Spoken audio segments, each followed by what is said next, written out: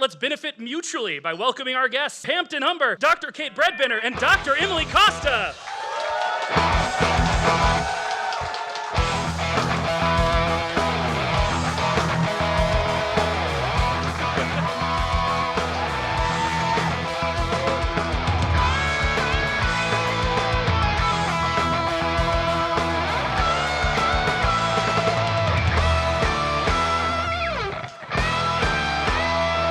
Amazing. Thank you so much. My name is Noah Giberson, and I am 1/3 of Fax Machine, a show by and for people who are curious about everything, but especially the things that make them laugh. In our show, we share the fascinating facts we've discovered and the larger stories behind them, concluding with a pub-style trivia quiz that is, as we like to say, loosely inspired by the theme. Tonight, our theme is symbiosis, the long-term, close cohabitation of two organisms from different species. Despite its colloquial usage to mean mutually beneficial, symbiosis is in fact the ecological umbrella term for mutualistic relationships, in which both species benefit, commensalism, in which only one species benefits but the other is unharmed, and parasitism, which is bad for everybody involved. The parasite loves it. Yeah, the parasite's actually having a good time. Yeah. We are joined at this show by three symbiotic organisms living in perfect harmony: Hampton Humber, Dr. Kate Bredbenner, and my co-host, Dr. Emily Costa.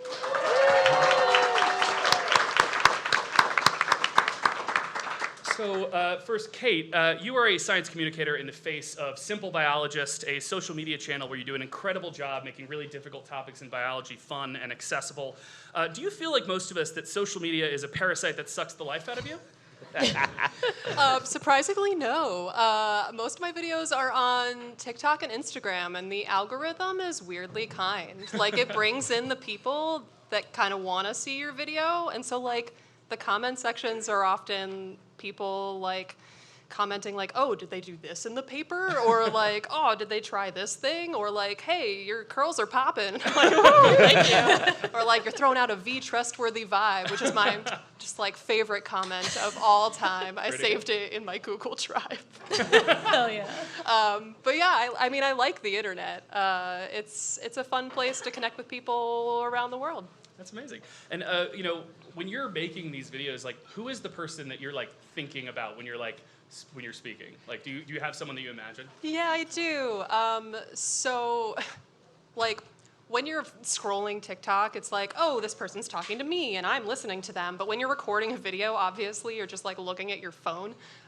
So I do picture my friend Alina because like she's very non-judgmental and she like will happily listen to you, but I find myself really wanting to be funny for her. Oh, nice. So I told her that and she was very honored, but I still kind of picture like that I'm delivering the video to her and it's really nice. Is she the kind of person who like nods really aggressively while you're talking? Yeah, and like does some facial features. Like I like the nods. So please nod at me when I'm telling my story. All right, you guys heard it. As long as Kate is talking tonight, please nod really, really intensely. The people that she can see through the stage lights, she'll very much appreciate. So Hampton, by day you are a science educator at the American Museum of Natural History, and by night you do musical improv comedy with the group Elevator Pitch. Do you find that being an educator and an improviser are mutually beneficial? Well, that's the whole reason why I want to do improv in the first place, is because I was an educator. Yeah, it's actually really, really interesting how much those two worlds as they collide. Because as an educator, we typically have to be kind of quick on our feet, dealing with challenging scenarios, either with a kid or with something that goes wrong, and things always goes wrong. So to be able to be quick on your feet, quick-witted, and be able to deal with those situations is perfect for improv. And yeah, I do musical improv, so I do sing. I'm not great at If we could get a one-note suggestion from the audience. Pick your favorite. Your favorite. What? Sharks, I think. Sea sharks? like the baby shark song? Aww, yeah. Baby sharks, do, baby sharks, I think this is copyrighted. Let's cut Timeless. this out right here. That's how we got your And that's all we can play. down. So what, Hampton, what is your favorite place in the Museum of Natural History? Ah, man. My favorite place, so if you go down to the Hall of Ocean Life, there is a exhibit, a diorama that has a sperm whale and a giant squid. So what's interesting about that particular exhibit is two things. One, there's no glass there. So you literally could like step in there if you really wanted to. You will get kicked out, but if you want to do that type of thing, you can. And two, that scene itself is a made up scene. We actually don't have any footage of a sperm whale interacting with a giant squid. The only reason we even know they actually do anything with each other is because we found giant squids remains inside a sperm whale and washed up on shore. So that whole diorama is basically just a scientific guess of what that interaction may look like. I think actually in our last show was about marine biology. We had a squid expert on, and she was saying that the only estimates we have of how many giant squid that there are in the ocean come from basically sampling what they find in terms of like the indigestible giant squid beak that they find in the stomachs of sperm whales, and that if their calculations are correct, that there are hundreds of millions of them. Whoa. Which is wild. That's too many. That's I'm just going to throw it out there. Yeah. That's a problem. No. Yeah, the ocean is freaking scary. Yeah.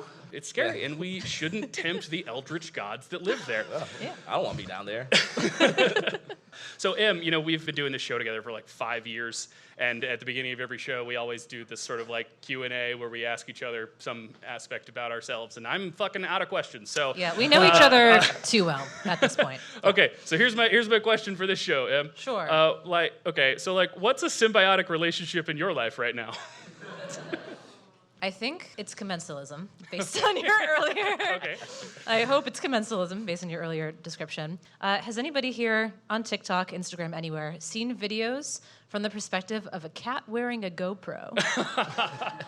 See, we got fans in the house. I love this crowd. They are so commensal because hopefully, presumably, the little kitty who's just traipsing around and meeting up with his friends and like making different sounds because humans aren't present.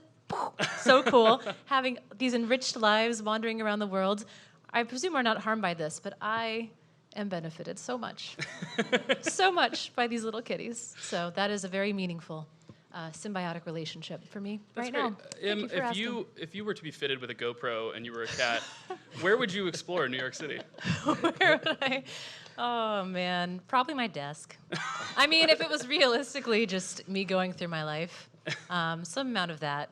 Maybe like an interesting bush every once in a while. Try to like smell a flower that doesn't really smell like anything, but you never know. You gotta try. And that's specific to you being a cat. That's no. Because you that's smell the just- flowers and work at your desk. Yeah, like That play is- with your mouse. Honest, yeah. Oh, Nice. wow. Turns out I'm kind of like a cat in more ways than I realized. Well, as long as you're feline good about it. Oh. Thank you, and I'm sorry, and we're moving on. So, with our first symbiosis-inspired story of the night, please welcome to the mic Dr. Kate Bredbenner.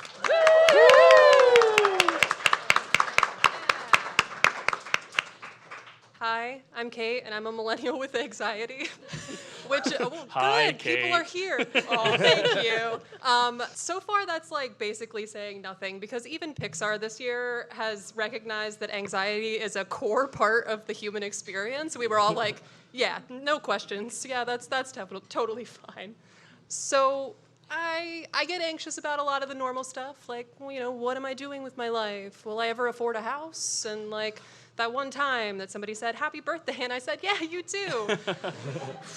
It was not their birthday, and it will probably never be the person's birthday when they say happy birthday to you. So a lot of the normal stuff gives me anxiety, but I find that most of the guilt and the anxiety actually comes from being a biologist.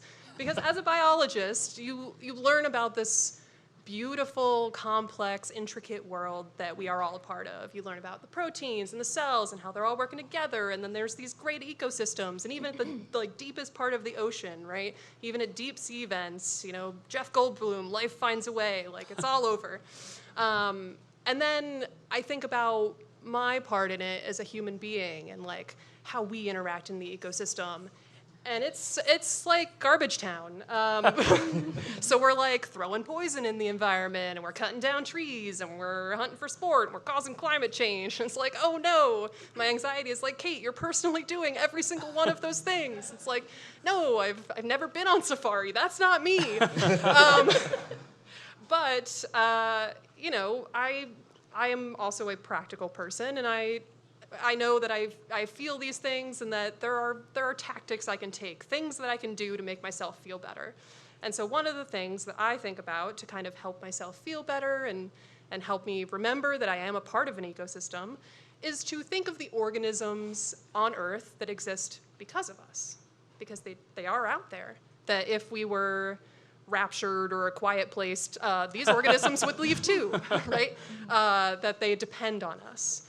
And so what I want to talk to you about today is the organisms on Earth that exist because of us, a couple of them.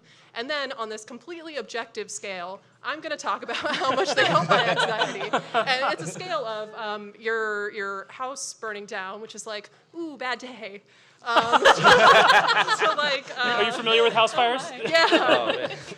To, just the best day at the beach, right? Like, the breeze was there. There weren't any flies. Like, just real calming, right? So, first organism. I'm a millennial. It's avocados. Oh my God. But avocados are actually a thing for us. So it turns out nothing can really eat it. This plant is poisonous to everything. The shell is poisonous. The leaves are poisonous. The bark is poisonous. And if you like Google it, it's like ASPCA, like poisonous to dogs, cats, humans, horses, like everything. Have I not been supposed to be passing these? Please don't eat the seeds of avocados. This is a personal service announcement that I'm making. I'm actually going to every bar in New York. Don't eat the pit of an avocado. So yeah, I mean, humans essentially saved the avocado tree because we realized you can cut it open and get that, sweet, creamy inside without all the poison. So avocados, if we were, a quiet place, they would have a slow decline as well. So how much does the presence of avocados on Earth soothe my anxiety? About as much as looking at the stars in a place with medium light pollution. So it's better than looking at the stars in New York, but it's not as good as like, a dark sky preserve or something. It's somewhere in between. So, a soothing presence, but not the best. It's fine. The next one is not soothing at all. I'm just gonna tell you it right now. It's actually transmitted infections. Woo! Oh my God, we're talking gonorrhea. We're talking syphilis. So these. Was I not supposed to be passing these the whole time? There are treatments. You can see someone after the show, I'm sure. There might be a doctor here. Another PSA. Yeah, this is actually all PSAs. Oh no, that says bad things about us. It's fine. So STIs didn't actually evolve from us. They evolved from animals, but we have human-specific versions now where if we were gone, they would be gone too, essentially. And while I was kind of researching the evolution of STIs, I read a fascinating article about STIs in animals, and it had fun facts like the bottlenose dolphin can get genital warts. Baboons can get herpes. And apparently rabbits are riddled with syphilis. Which is, a real bummer. But that's not even the worst. Those are the fun facts. The worst part is that I read the sentence that was about gonorrhea and syphilis and where it came from, and it was, they think that gonorrhea and syphilis came to humans from cattle and sheep. And I was like, okay. But that's not where the sentence ends. The sentence ends with, comma, possibly sexually. And it just made it so much worse. So how much do STIs help with my anxiety? As much as falling off a ladder, not like a really high ladder, maybe like a step ladder. And I'm not gonna stop using ladders, but I am gonna be worried when I have to. So yeah. The next one you would think would be exactly as bad as this one, but I'm gonna try and convince you that it's not. And it's body lice. Okay, so hear me out though. So head lice and body lice are actually separate species. And head lice were the older one, and body lice evolved from head lice. And the reason that they did this was because humans started wearing clothing. So there was kind of a whole new niche for them to evolve into. Right, and that's kind of cool because now we can look at the evolution of the body louse and learn a little bit about when ancient human beings started wearing clothing and where they were when they started doing that. So does the body louse live on you and suck your blood? Yeah, it totally does, but it also carries a piece of history. And it tells you about yourself. So, she's beautiful in her own way. And how much does body lice help with my anxiety? About as much as having enough Wi-Fi to check your email, but not enough to watch TikTok. Just like, all right, you can work, but you can't play. And like, did I really want this much Wi-Fi? Maybe it'd be better if I just didn't have any. But it's good enough. And my last, but certainly not least, organism to kind of talk about today is fancy pigeons and dogs. And I don't have a lot to say about them. I just wanted you all to face what we've done to these creatures. Like, look at them. They're so messed up. Look at that pigeon with feathers for feet. That's not right. Look upon these in despair. So we did this, and they need us now. They're not good enough on their own. They can't survive without us. Damn, I'm sorry.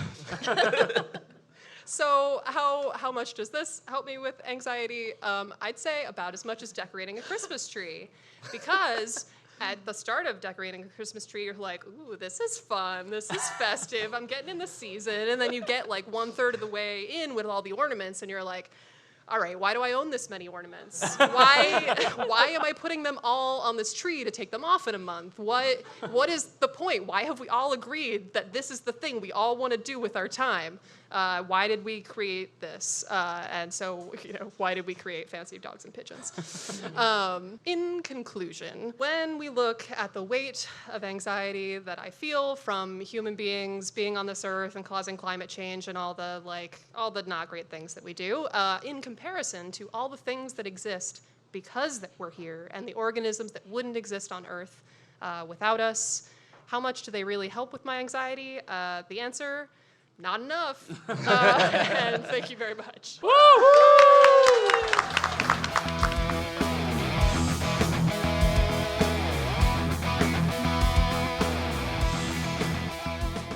So first thing first, I just wanted to shout out my mom, because today is her birthday. Happy birthday! Happy birthday! She may or may not be watching this right now. I think she's on a kayak down in South Jersey. Whoa. Ooh, nice. So Hell yeah. she's having a good time. So happy birthday, happy birthday, mama. Oh, so sweet. So, unfortunately, my friends, I have lied to you. See, my name is not really Hampton. My real name, oh my gosh, eye patch. Oh. We'll do this. We'll do There's this real there's a smooth. few lies going on here. You'll get it in a second. Yeah, it's worth it. This is all suspense. It's Yes. great. See, my real name is Nick Furry. I'm the director of Sheep from Earth 8311. And today, for you guys, I come to you with an idea. See, the idea was to bring together a group of remarkable animals to see if they could become something more. It came out too fast. Anyway. See if they could work together when we needed them to fight the battles that we never could. I bring to you my Animal Avengers. And today I will show you 4 initial members of that team, starting with... I'm gonna take this off. I can't see it. Depth perception is not overrated. Starting with, from the Heartbeat Eagle clan. Ooh, nice. Whoa, Give it glitter. up for Give it up for Harpy Eagles. Are there some Harpy Eagles in the house tonight? Hey, they might be part of this clan. For the Heartbeat Eagle clan, code name, Fox. Nice. So Heartbeat Eagles, these guys are native to Central and South America. These guys like to live in lowland tropical rainforests, kind of close to the canopy. These guys are also typically, females are bigger than the males and have a wingspan of 7.5 feet. And as how long they can live up to 25 to 35 years. Wow. But that's just the tip of the iceberg for the Harpy Eagle. because you see, I was gonna say that's like a whole What? Marvel Cinematic Universe age. yes, 25 to 35 years. That's how long the most superheroes live. It's a dangerous profession. So as you can see, these guys are one of the largest eagles in the world. They actually are tied with what they call the wow. stellar sea eagle, which is around roughly the same size as them. These guys also have one of the largest talons out of all birds. Their talons can reach up to 4 to 5 feet long and can easily cover a fist. Oh my. Oh, no. Okay. Yeah, it'll mess you up. Let me show you how they mess something up. So these guys are so precise that they actually will swoop down and swipe out a sloth or any other animal in the street mid-flight. I just want to say, maybe for the podcast audience, Yeah. Emily jumped. Like she went, woo! I'm jumping. Unlike sloths. Yeah, fair. So Fox here clearly is my leader of the team, but now I have the leader, but I need an enforcer. And this next animal may be small in size, but he will beat your ass. Ooh. A mantis shrimp. Oh, yeah. Man, yeah. That's a Code punch. name Punch Bug. Hell yeah. Oh, it's so pretty. Yes, this is a rainbow mantis shrimp. Oh, cool. So these guys typically live in the warm and shallow parts areas of the Indian and Pacific Ocean, about 2 to 7 inches, and don't live that long either, 3 to 20 years. That is quite a range. Yeah. Hey, when you out here fighting in the streets, one punch and that's it. You're done. so the mantis shrimps, according to the Assyrians, they call them the sea locusts. Today we also have them other nicknames. We also call them prawn killers. Or thumb splitters, So actually, there are 2 types of mantis shrimps. There is the spearer, so they'll just snatch up a fish, and then of course you have your punchers. Mantis shrimps also. Enhance. Mantis shrimp also has really, really great eyesight. They actually can see 12 channels of colors, including UV light. In comparison, only us humans only can see 3 channels of colors. We cannot see UV light. Also, their punch is one of the fastest appendages in the world. This will make sense in 2 seconds. It's one of the fastest appendages in the world. Their punch traveled up to 50 miles per hour, which is as fast as a .22 caliber bullet. And then when it strikes, it's as strong as a lion's bite. So it hurts a lot to get hit by these guys. And also, their punch is so fast that it actually boils the water around their clubs. It actually boils it up to, see my notes here, 6,200 Celsius, which is as equivalent. What? I was gonna helpfully chime in 100 Celsius. No. As hot as the surface of the sun. That's crazy. Literally have a fire fist situation going on with the mantis shrimp. So we got our mantis shrimp, we got our force, we got my leader. I need someone crazy, I'm sorry, the mantis shrimp isn't crazy. No, not at all. It's just the beginning. This is the beginning, because I need an animal that, who just don't give a fuck. Honey badger, that's my boy. Yeah. Oh, that was a great animation for the honey badger. Or codename Honey Havoc. So these guys they live in parts of Africa and parts of Asia, typically like to live in dry areas and in the grassland or forest areas. I don't know why I got really specific here. 20.7 pounds, 2.5 feet, about 9 to 12 inches tall. And they live 24 years in captivity. We actually don't know how long they live in the wild, which is nuts. I don't know why we don't know They keep beating that. up the zookeepers and breaking out. Oh, I'm gonna get to that in a little bit. Not a joke, apparently. A lot of cool things about honey badgers. They're my second favorite animal.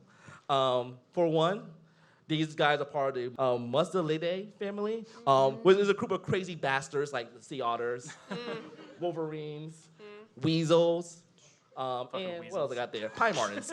Oh, yeah, crazy. Real crazy. Don't mess with a river otter. They'll fuck you up. Anyway, so clearly no joke. They have really, really long claws. They can dig up 5 feet burrows. That expression. And they use those claws in order to tear open honeycombs. And speaking of symbiotic relationship, these guys actually get helped by a bird called a honey guide that guides them to the honeycomb so they can tear it open. And they can eat. Then the birds will eat up everything else inside. I read a little about the honey guide, and that it's also thought that they have what is now a symbiotic relationship with some humans. Basically, the honey guides will make a certain call when the humans who are looking for honeycomb are like near a hive, and then they just get like rewarded with some of the honeycomb. Birds are so and this smart. is like thousands of years old behavior apparently. Birds are cool. I don't really like birds that much, but They're cooler than make we an give them exception. credit for, even though they aren't real. But I'm not done with honey havoc over here because when it comes to an animal who says don't give a fuck, let me tell you something right now. This animal is ready to run the fade with anything and anybody. They are ready to throw hands. I mean, they will mess up a snake, fight hyenas, go after porcupines. Yeah. They don't care. This really sounds like one of those Muhammad Ali, like, he's like, I'll lay out a lion. I'll Speaking of that, pummel a porcupine. Jackal and python. He's having a tug of war with a python versus a jackal. They don't care. And lions, obviously, because, of course, they go out, they fight anything and everyone. But they're not only crazy, but they're actually really, really smart animals, too. One of the reasons why they're so hard to have in zoos because these guys actually are actually honestly the masters of escape. Oh my god. They will use pretty much anything they can in order to create escape routes for themselves, making them very, very hard to take care of inside in any kind of zoo environment. So that's honey havoc. Are you responsible for leaving that rake on the wall to let them climb up? Oh, my bad. I didn't think he would be that. I don't know. I didn't think he'd be that smart. He proved me wrong.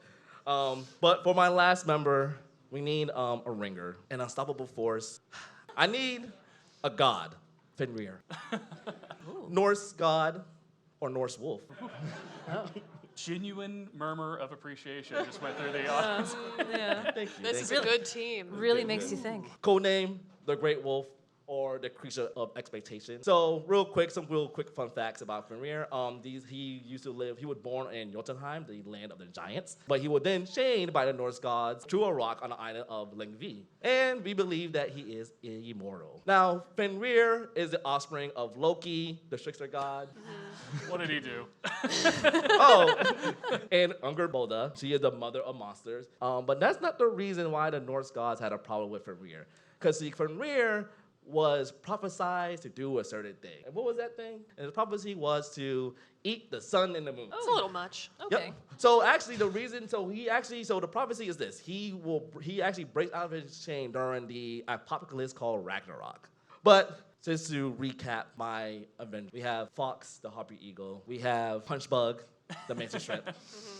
We have Honey Havoc, crazy ass honey badger. And we have my boy, Fenrir. If they can't protect the earth, you can be damn well sure they'll avenge it. After maybe destroying it? Sorry. Animal Avengers.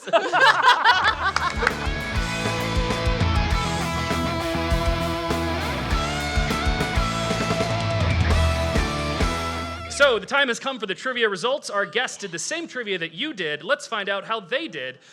So Kate, Hampton, and Em, how did you function as a trivia team? Was it a perfect symbiosis, or maybe was somebody not pulling their weight as much? Commensally, maybe? Oh, man. I feel like it was mostly anecdotes, and then we were like, is this the answer? Yeah. Seems about right.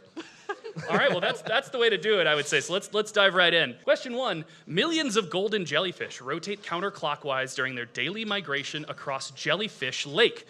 How do these behaviors benefit their symbiont? My immediate thought was orientationally, are they going around like this, or are they going around like this? Damn. That's Like, is it this a tentacles up situation?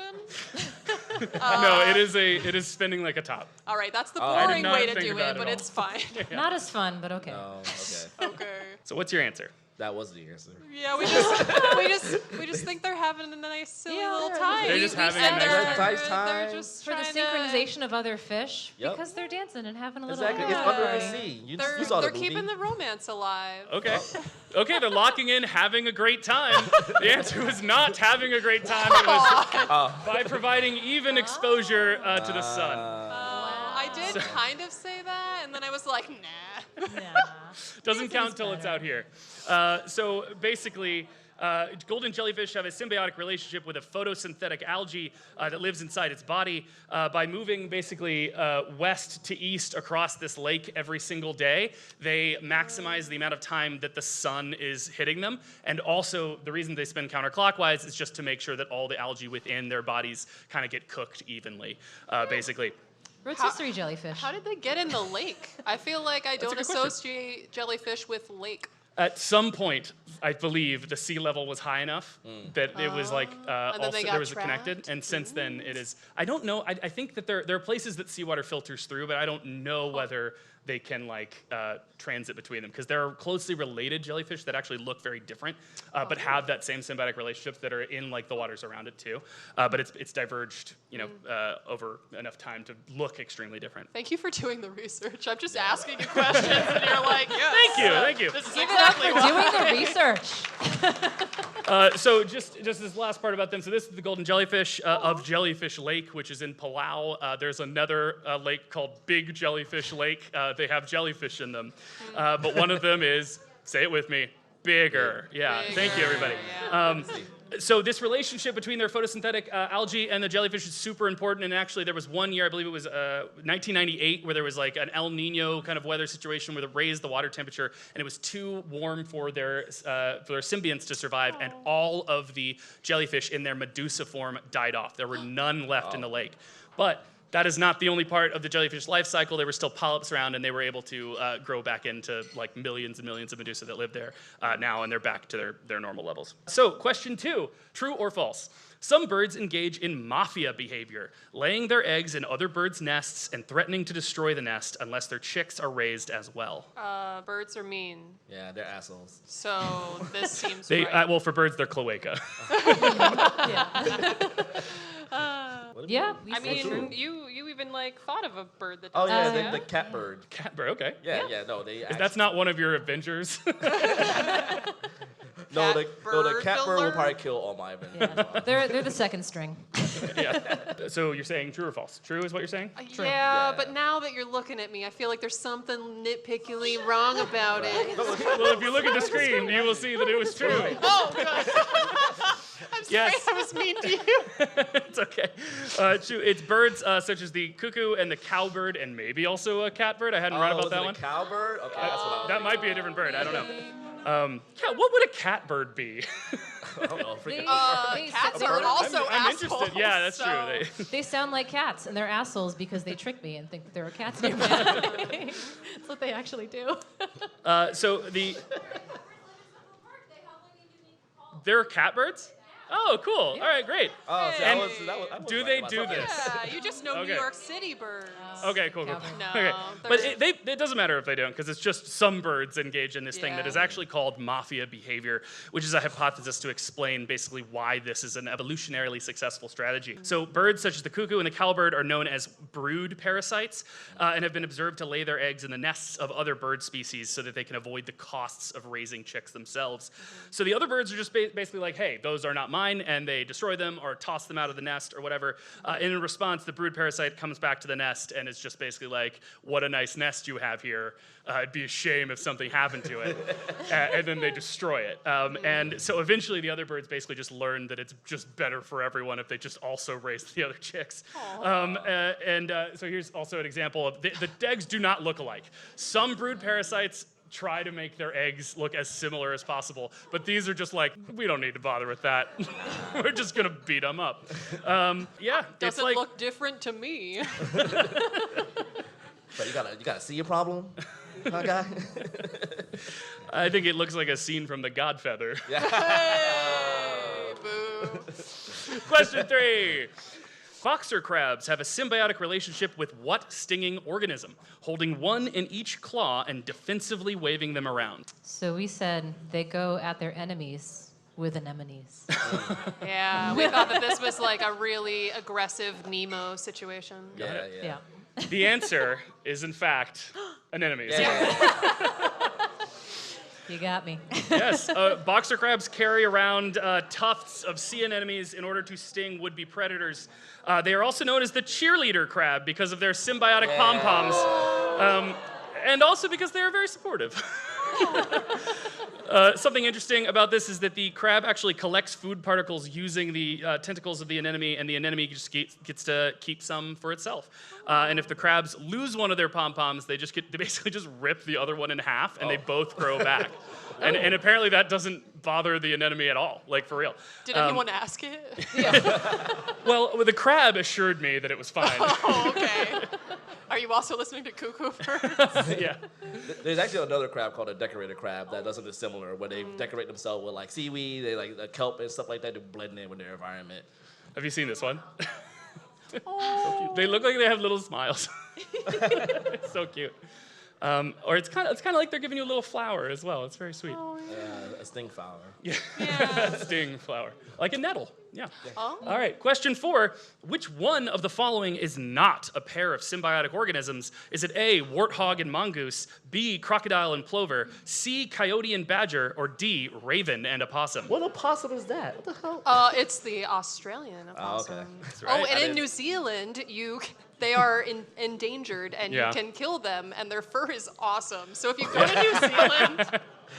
to New Zealand, buy something that's a possum fur. It's a hollow fiber, but it's super warm, so it's really light we and don't warm. condone poaching. And I have gloves, and it makes me laugh. These are basically the spotted lanternflies of New Zealand. They You're are. supposed to stomp them on sight, which is not so fun. Wait, Yeah, so these 'cause possums they- are invasive? Yeah, in New Zealand, because Right. they eat all the weird land birds that New Zealand's got going. I think it's plants. I don't know if possums eat little birds. Do they? The eggs. Oh, I that think. okay. I see. Yeah.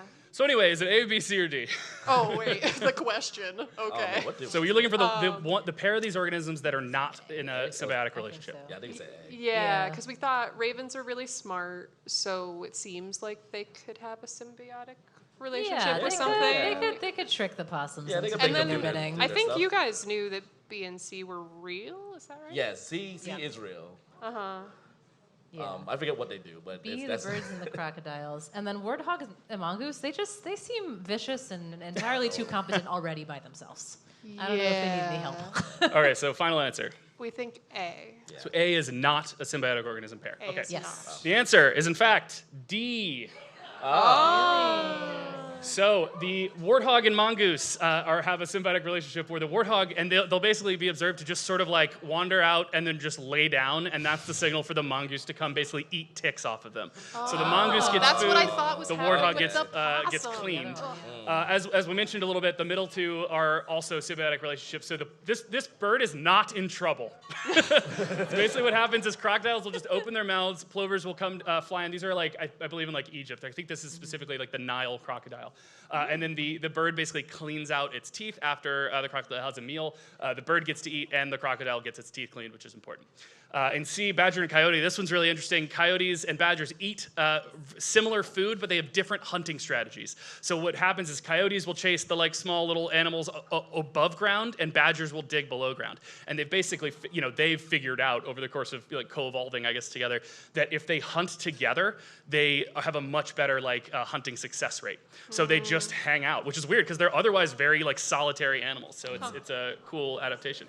Okay. So if the prey is getting chased by the coyote, goes into like a burrow, the badger gets them, the badger flushes them out, then the coyote gets them. So it works out great. Ravens and opossums actually do not have any positive relationship whatsoever. When I was looking up this just to make sure, I found several videos that were like titled like ravens bullying baby opossum. It was like somebody's dash cam footage where they got out and helped, and the baby possum like climbed up its arm really fast. And then there were a bunch of other ones where the ravens were eating opossum. So not so good. This should be the possum, though. If it's the Australian one, it's just possum. If it's the American one, it's opossum. Gotcha. Well, then that's a mistake. So I guess that you're right then. I guess they get the point. There we go. Because it's not true. I mean, I bet we that said it. opossums and then ravens in like North America probably aren't I getting thought along. it might be the tick thing, because like That's interesting. opossums get a lot of ticks in North America, and I don't know, ravens could want ticks. Maybe. Question 5. I don't know. The Let's move bobtail, on. the bobtail squid conceals itself from bottom-dwelling predators and prey through its symbiotic relationship with a bacteria that emits waves of what? Bioluminescence. Okay, so waves of light, That's Yeah. light waves. That's a wave. It's a deep And sea particles, I dare thing. say. Deep sea light Deep is sea. like a thing. Yeah. I learned that Yeah. from also Nemo. It's coming in handy today. Did anybody else think of any other waves in the audience? Yeah, I mean light. Yeah, the answer is light. okay. Basically, the way this works is that the bobtail squid is swimming, and especially like twilight night times when there's like moonlight above it in the water, like shining down. It would be basically its silhouette would make it very easy to see from below by predators and prey. So what it does is it emits light basically from a specialized thing called a light organ, and the bioluminescence in that light organ is produced by a bacteria. I think it's called Alivibrio fischeri or something like that. And basically, in exchange for this helpful light production, the squid gives it like a special like protein and like sugar solution, and then like makes it like a really nice environment for them, which has this really really cool symbiotic relationship that tells us a little bit about like the immune system and immune interaction between like microorganisms and animals. So it's like being used as a study organism for that. Sweet. Yeah. Question 6, true or false? Mistletoe is a parasitic plant that gets its name from the Middle English words for poisonberry. No, Emma's all over this. no, you know it means shit on a twig. So you know it means shit on a twig. Yes, and you do too, because Yeah, I we do. talked about this before in Facts Machine. So false. Do you want to tell us a little bit about the shit twig? Shit on a twig. The shit twig that gosh. people kiss under? Yeah, romance is dead. Aw. I mean, from what I can recall, it's because like it was named after what it looked like growing on branches. So mistletoe is like a parasitic vine that like grows into and under like the bark of trees and sucks out their energy. And I guess the old English folks were like, that looks like some poop on that branch. That's what we're gonna call this thing. And then we're gonna make it Christmas. Yeah. So interestingly, basically, as you were saying, where that comes from is basically when birds like eat the fruits and then like either disgorge this like sticky substance that's inside the fruits and like they either poop it out on the twig or they like wipe their beaks on it on the branch, so then that gets left behind, and so people basically observed that like, hey, this plant keeps growing out of shit on twigs. That's what it is. And so yeah. missile actually means either like dung or a sticky substance or even like urine. If you go like, Proto-Indo-European, like there's languages all throughout the world have like something related to this. And tan basically meant like twig. Disgorge is such a great word. Yeah? I just wanted to congratulate you on that. Oh, thank you. You're welcome. Disgorgeous.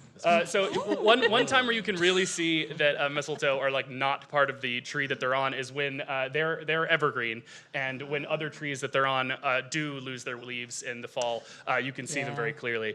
There's another thing that's associated with this, but isn't actually mistletoe. Is like this big crazy bramble of like branches that grow out when a parasite or sort of fungal infection is on a tree. And if you guys have ever heard of like it's called auxin, is this molecule that helps basically tree branches know when and where to grow, but that sort of goes haywire, and then they grow into this like weird little bramble of branches. It kind of looks like this, but this is not those. But they're called a witch's broom, which is really cool because they have that kind of like I don't know.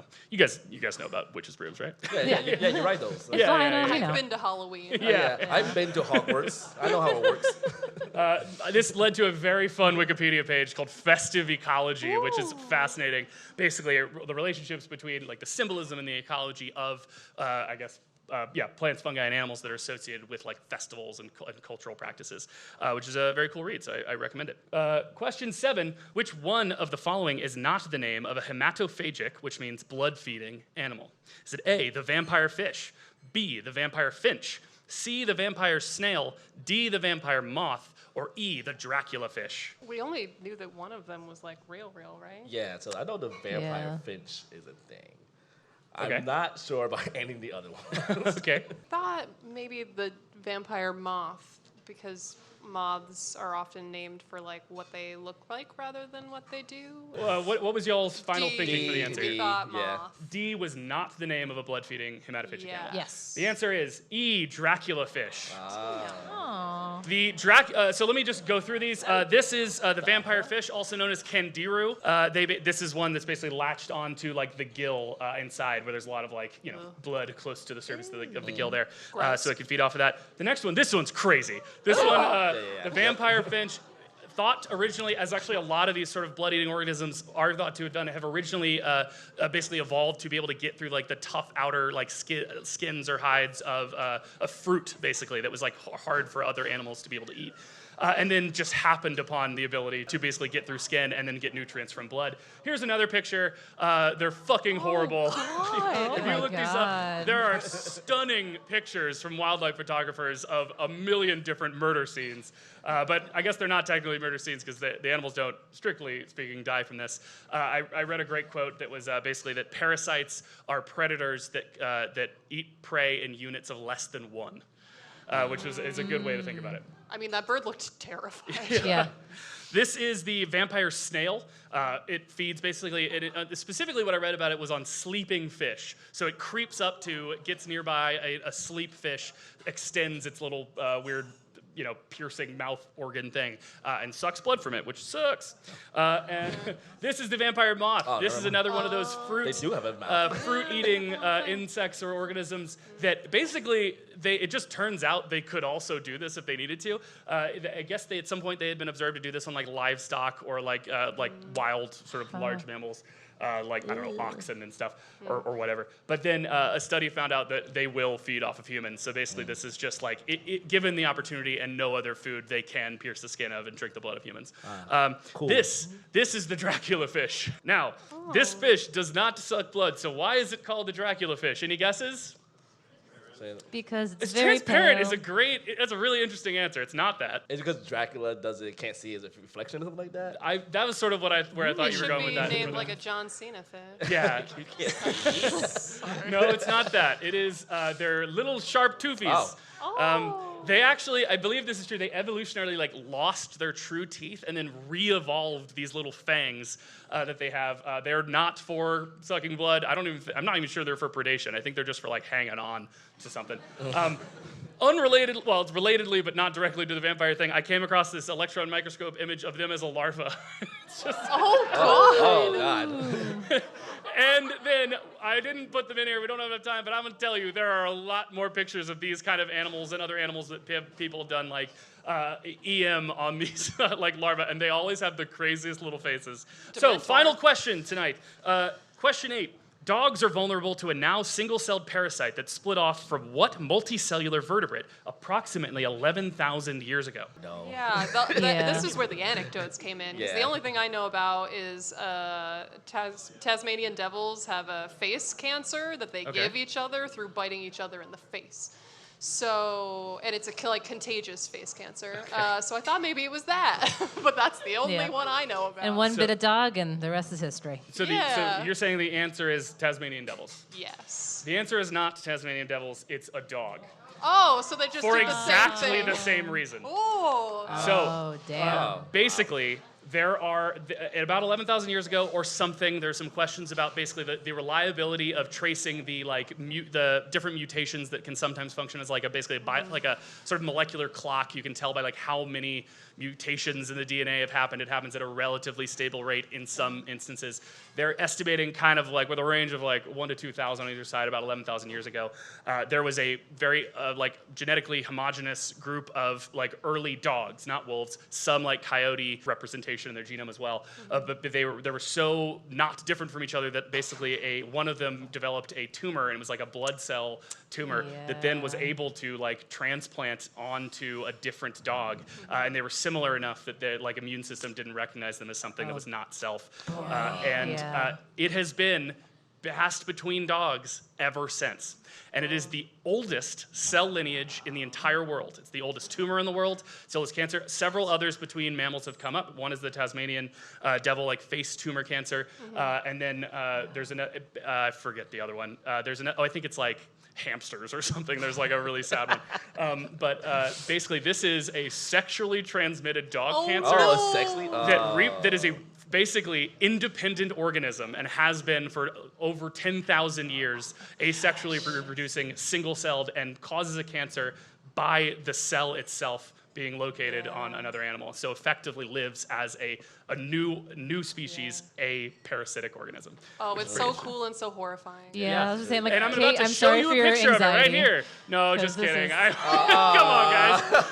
That dog got stung by a bee. Come on, I wouldn't show you. If you look it up at the after party, it's harrowing. Oh, don't do it. So how did y'all do? What's that? What, 5 out of 8? Or You're supposed to be counting. I can't count. 8 out of 8 now. that's just about all we have for you tonight. Thank you so much for coming out. If you enjoyed this show, I hope that you will follow us on Instagram, TikTok, and Twitter at Fax Machine Pod, and go listen, rate, and subscribe to Fax Machine wherever you listen to podcasts. Kate, do you have anything you'd like to plug? Yeah, you can follow me on Simple Biologist on TikTok or Instagram. I put out videos that cover new papers in the world of biology, anything I think is cool and I think people should hear about. So yeah. Come hang out. Go follow at Simple Biologist. Hampton, anything for you? Yeah, so I help run a science communication event called Biology on Tap.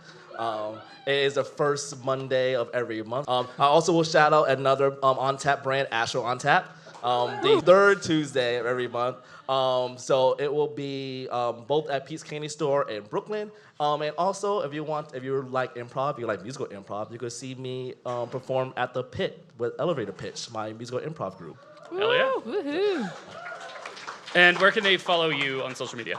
At Hampton Man, if you want to do that. Hampdman, okay? Hampdman. Hampdman. Okay. And so this is us. I'm at Arts and Sciences M. At _EM Costa. And you can follow Rob at Whiteboard Rob, where he does a lot of funny, punny drawings about things. It's great. So please give it up one more time for our synergistic guests, Kate and Hampton. So we do this show right here at Caveat on the third Thursday of every single month. So that means our next show is Thursday, August 15th at 7 p.m. Come see us again then. Thank you so much for coming tonight, and see you next month. Woo-hoo.